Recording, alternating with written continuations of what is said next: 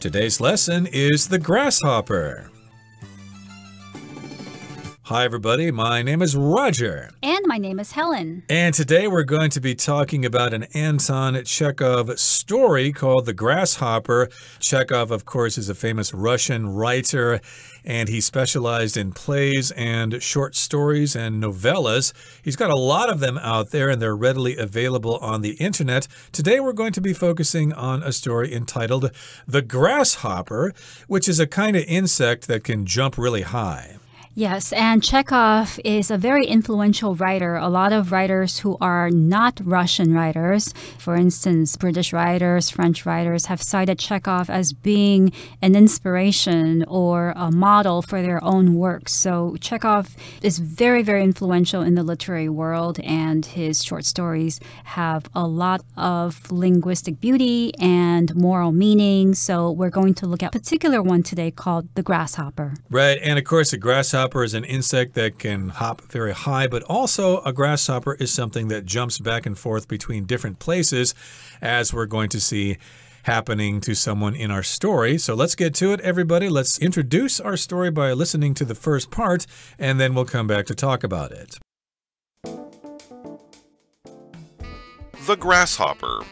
In The Grasshopper, Chekhov illustrates the moral peril of not appreciating what you already have. By acting on her selfish feeling that the grass is always greener, Olga brings only tragedy and sorrow on herself. 大家好，第一部分我们来介绍动词 illustrate， 它的意思是用例子或是图表来说明、阐明，也可以是证明或是表明的意思。例如 The accident illustrates the need for more streetlights on this road. 那起事故说明这条路需要更多路灯。又或者说Professor Summers illustrated his point with stories from his personal life. Summers 教授用他个人生活中的故事来证明他的论点。再来，我们看到名词 tragedy， 这个字的意思是悲剧或是不幸、灾难。例如 The tragedy of losing their daughter was more than the couple could bear. 丧女的悲剧让这对夫妻无法承受。或是 When the boat sank and the sailors drowned, it was a tragedy for many families. 当那艘船沉没，便让许多水手溺毙，这对许多家庭来说是个悲剧。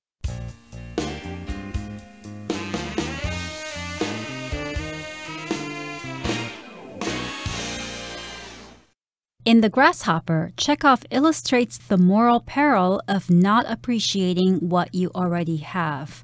So here we're going to learn about the meaning of the grasshopper. What is the moral of this story? So Chekhov illustrates the moral peril of not appreciating what you already have. To illustrate means to show something to be true. A movie can illustrate a particular aspect of life. A story, a book can illustrate a particular point of view of a person. So here, Chekhov is illustrating the moral peril or the moral danger of not appreciating what you already have in your life. Exactly. So yes, to illustrate usually means you provide pictures to go along with a story, but also it means to give you additional information for clarity, to give you charts and examples and things like that. So he's telling us all about the moral peril of not appreciating what you already have. And here, peril just refers to a very dangerous situation. I could say, for example, the Titanic hit an iceberg, and the crew and the passengers were in peril. And of course, as we know, the boat sank and lots of people died. But in this particular case, you can be in danger if you don't appreciate what you already have. And that's kind of what the grasshopper is all about here. The grasshopper is eating this grass here or these plants here, but it's not satisfied, so it goes someplace else, and it doesn't appreciate the fact that it still had lots of that leaf to eat. Right, and the character Olga here is something like the grasshopper. By acting on her selfish feeling that the grass is always greener, Olga brings only tragedy and sorrow on herself. So she acts on her selfish feeling. To act on something means to do something based on something else. It could be based on information, somebody else's advice, or someone's feelings or your own feelings about something. In this case, Olga's feeling is that the grass is always greener. And this is an idiom or a saying in English, and the full saying is the grass is always greener on the other side. And it just means that someone might feel that someone else's life or someone else's situation is always better than their own. So if you have grass in your yard and your neighbor has grass in their yard as well, you always think that their grass is greener, their grass is fresher than your own, which means you always think that other people have better lives than your own. And that is an attitude that could bring a lot of tragedy into your own life. And this is what happens to Olga. Right, and Olga brings only tragedy and sorrow on herself because she's unable to appreciate what she already has. Here we've got the phrase to bring something on yourself, which means you caused this problem yourself. You can't blame anybody else. And tragedy, of course, is just a terrible situation involving suffering and pain and things like that. So, of course, this results in a bad outcome for her because, again, she can't appreciate what she already has. Okay, let's move on now and dive into the story here and talk about the main character, Olga. Olga Dimov loved to surround herself with greatness. One could always find the most talented and imaginative musicians, artists, and writers lounging around her home throughout the day. She admired them deeply because they were so skilled at the many things she had tried and failed to master. Olga's tastes were different back when she met her husband. Osip Dimov seemed quite ordinary as doctors go, but Olga fell in love with his sincerity and selflessness as he tended to her father on his deathbed. The two were wed soon after her father passed. 第二部分我们看到动词 surround， 它的意思是围绕、环绕或是包围。例如 Jeff's dog surrounded him happily when he came home from work. Jeff 的狗狗们在他下班回到家时，开心地围绕着他。又或者说 Taiwan is surrounded on all sides by water. 台湾四面八方都被水环绕。再来我们看到形容词 imaginative， 这个字的意思是有创意的或是想象力丰富的。例如 The plan was imaginative, but it didn't sound easy to do. 这个计划很有创意，但听起来有点难实行。或是The imaginative story was popular with children. 那个富有想象力的故事受到孩子们的喜爱。另外补充这个字的动词 imagine, I-M-A-G-I-N-E, imagine. 它的意思是想象或是猜想。例如 It's hard for me to imagine life without my family. 我很难想象没有家人的生活。再举一个例子 Sometimes I like to imagine that I live in a different country. 有时我喜欢想象自己住在一个不同的国家。再来我们看到名词 sincerity， 这个字的意思是真诚或是诚挚。例如 The singer's sincerity could be felt by everyone who heard the song. 那位歌手的真诚能被所有听到这首歌的人感受到。或是 I doubted the sincerity of his words and felt that he was lying to me. 我怀疑他的真诚，而且认为他在对我撒谎。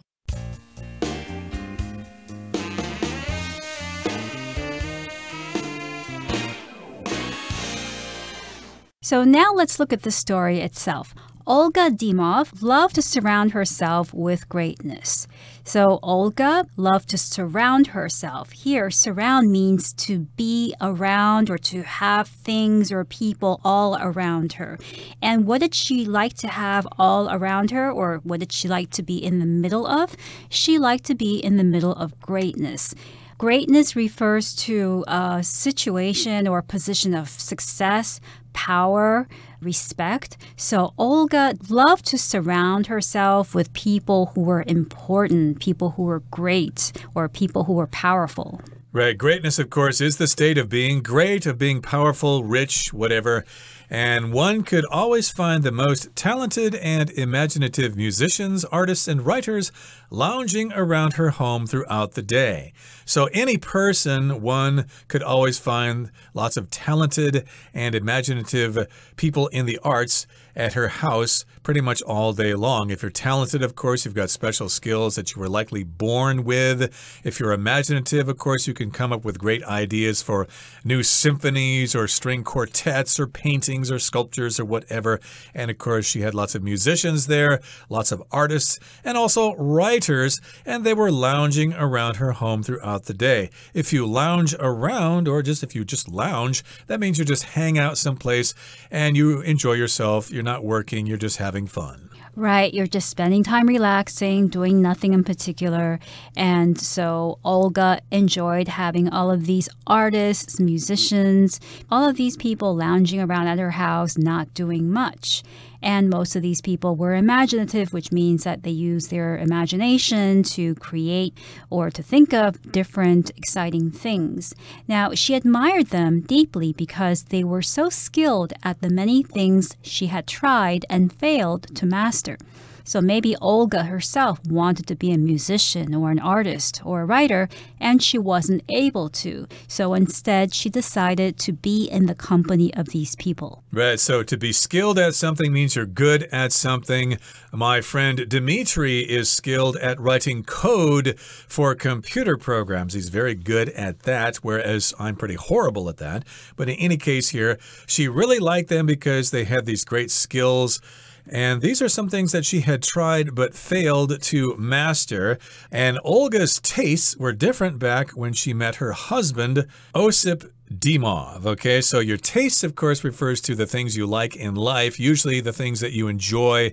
For example, your taste in music, your taste in art, and of course you have different kinds of likings for different disciplines, music, art, sculpture, literature, so you have different tastes. And her tastes for those things were quite different when she met her husband years ago, and of course her husband's name is Osip Dimov. Right, so we find out that her taste now is to be in the company of artists, imaginative people, but her tastes back then or many years ago were quite different when she met her husband. Osip Dimov, her husband, seemed quite ordinary as doctors go, but Olga fell in love with his sincerity and selflessness as he tended to her father on his deathbed.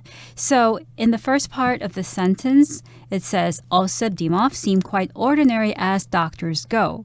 Now, the phrase as something goes or as somebody goes is used when you want to consider this thing or this person in relation to its type. So you might say that this Italian restaurant is quite common as far as Italian restaurants go, which means compared to other Italian restaurants, this one is quite ordinary. It's not especially good. It's not especially bad. Here it's being used to talk about a person or a profession. So as doctors go, or considering other doctors, Dimov seemed quite ordinary. So he wasn't a great doctor. He wasn't a bad doctor, but Olga fell in love with his sincerity. So sincerity is a quality of being honest, honesty in behavior to show that what you do or what you say is what you really mean. You're not lying or you're not trying to create an image in somebody's eyes. Right, so sincerity is the noun form of the adjective sincere, to be sincere. And of course, if you're sincere, you're honest, and the opposite of that is to be pretentious, trying to be someone that you're actually not. Maybe Olga herself is trying to be a little pretentious here, but still she fell in love with the fact that he was sincere, or at least he had sincerity. And she also fell in love with his selflessness. And that just means he wasn't really too concerned about himself. He was maybe concerned about other people. I suppose that's because he's a doctor. And the opposite of selflessness is selfishness. Those words sound very similar, but if you're selfish, you only think about yourself. And if you're selfless, then you think about others. Yes, and he showed his selflessness as he tended to her father on his deathbed.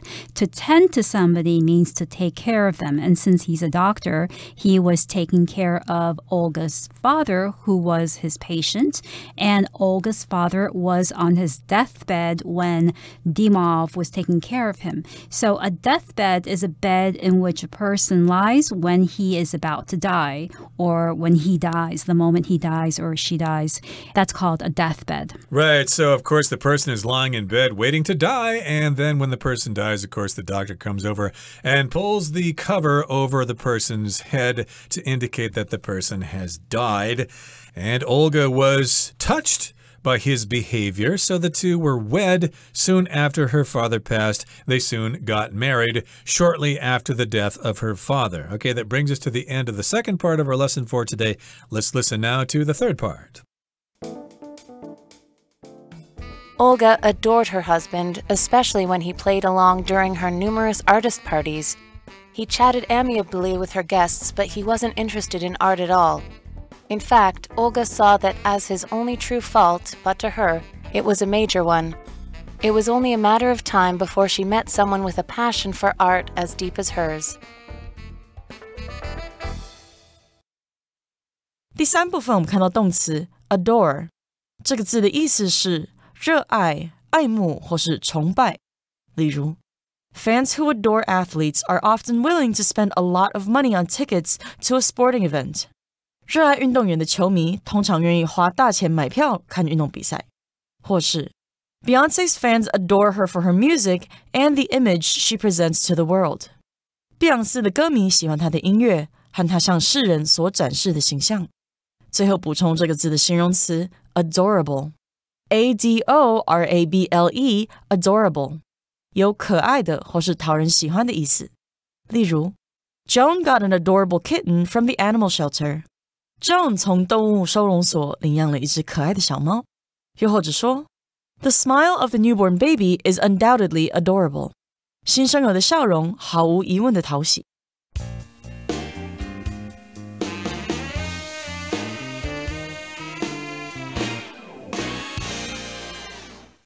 So we found out in the last part that Olga and Osip Dimov got married. Now, Olga adored her husband, especially when he played along during her numerous artist parties. Olga adored her husband means Olga really loved her husband. Adore means to really like, really love somebody or something. You can also say, I adore chocolate ice cream, which means I love chocolate ice cream.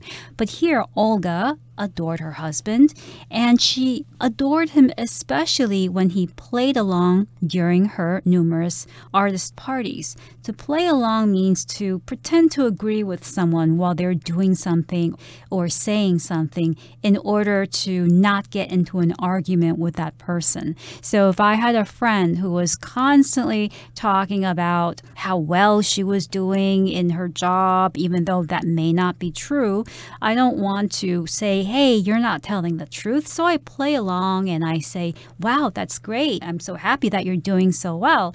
I play along so that I avoid getting into an argument or making her upset. And here, Olga loved the fact that her husband played along while she was giving these parties with artists lounging around her house. Yep, and numerous just means many. So, of course, she had lots of these parties with all these artists and people, but he just played along. He didn't really want to talk to them, and they probably ignored him quite a bit, but he still attended just to humor his wife, just to make his wife feel happy. And he chatted amiably with her guests, but he wasn't interested in art at all. Amiably here just means in a friendly way. And if you're amiable, that means you're friendly. You get along with people pretty well. So, of course, he had nice conversations with the guests, even though he probably didn't really understand what they were talking about because he just didn't really care for art at all. He was a doctor. He only cared about transplants and surgeries and things like that. And the next sentence says, in fact, Olga saw that as his only true fault, but to her, it was a major one. So, of course, we get together with people and we realize they're not perfect. They've got their flaws and they've got their special characteristics. And a fault, of course, is something that's wrong with somebody. And every once in a while, of course, if we're together with somebody, we've just got to accept that fault. I don't like that part of his or her personality, but I just have to play along because I know I'm never going to change them. And the good parts of that person outnumber the bad parts. Right, because nobody is perfect, right? So when you have a relationship with somebody and you're not happy with a part of that person's character or what they do, you can consider that fault or that problem to be a small one or a major one. If it's a small one, then you can close one eye and just play along and not mind it so much. But if you consider it a major one, the way Olga considers her husband's inability to appreciate art or to be creative and imaginative, then it can become a big problem and it can affect their relationship. Indeed, and it was only a matter of time before she met someone with a passion for art as deep as hers. So she loved her husband, of course, she loved his sincerity and his selflessness, but still he lacked a passion for art, and she felt that was an empty part of her life there. She really needed to relate to other people about art. So it was only a matter of time. Sooner or later, she would meet another man who liked art as much as she did. Okay, that brings us to the end of our discussion for today. Let's listen now to Hanny.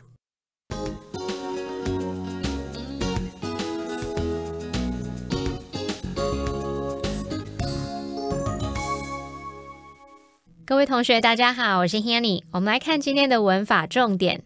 课文第一部分提到故事的女主角 Olga， 她凭着 The grass is always greener， 邻家的草分外青的这种自私感觉形式，给自己带来的只有悲剧和悲伤。好，那这边用到 The grass is always greener， 它的完整说法是 The grass is always greener on the other side， 或者是 on the other side of the fence。 字面意思就是说篱笆另一边的草总是比较绿，那用来描述人不满现状，总觉得别人的条件比较好，或者是得不到的东西总是更具有吸引力。那就像我们中文说的这种邻家的草分外青，这山望着那山高啊，或者是外国月亮比较圆的那种语义。好，那我们也来顺便补充几个跟草有关的有趣用语哦。第一个是 like watching grass grow， 像在看草生长，表示说 extremely boring， 无聊至极。为什么呢？就是当一个人闲闲没事啊，闲到看着草生长，是不是真的无聊至极呢？那当我们说 something 或者是 doing something is like watching grass grow， 就是在描述做某事非常无聊。那另一个差不多的用法是 like watching paint dry， 像在看油漆变干，它也可以用来描述某事很无聊哦。第二个补充的用语是Let the grass grow under one's feet。 当一个人一直站在某地不动，时间都久到让地上的草长出来了，那就表示拖拖拉拉的。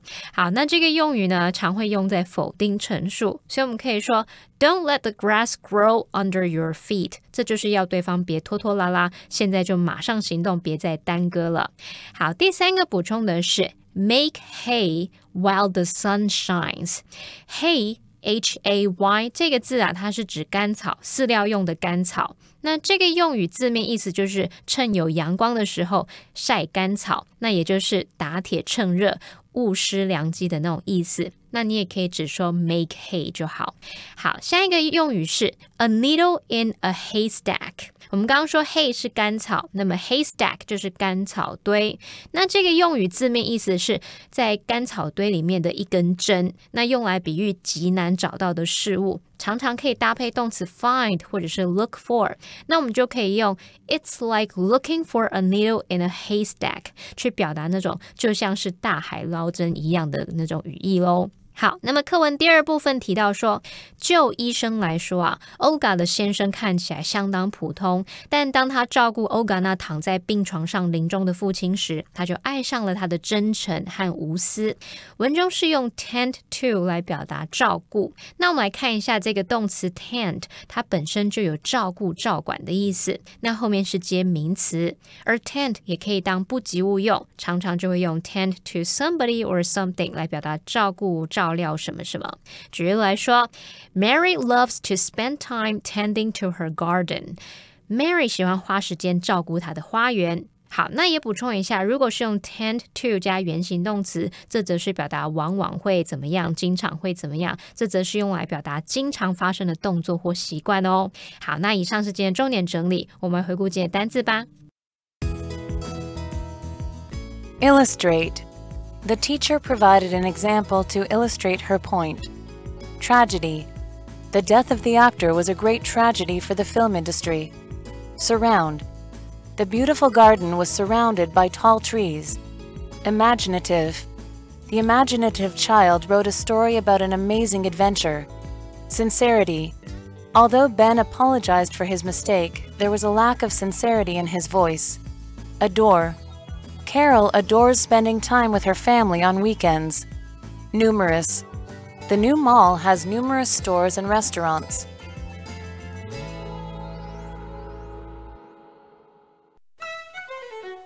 Well, everyone, today's article has come to an end, and I sure hope you enjoy reading along with us.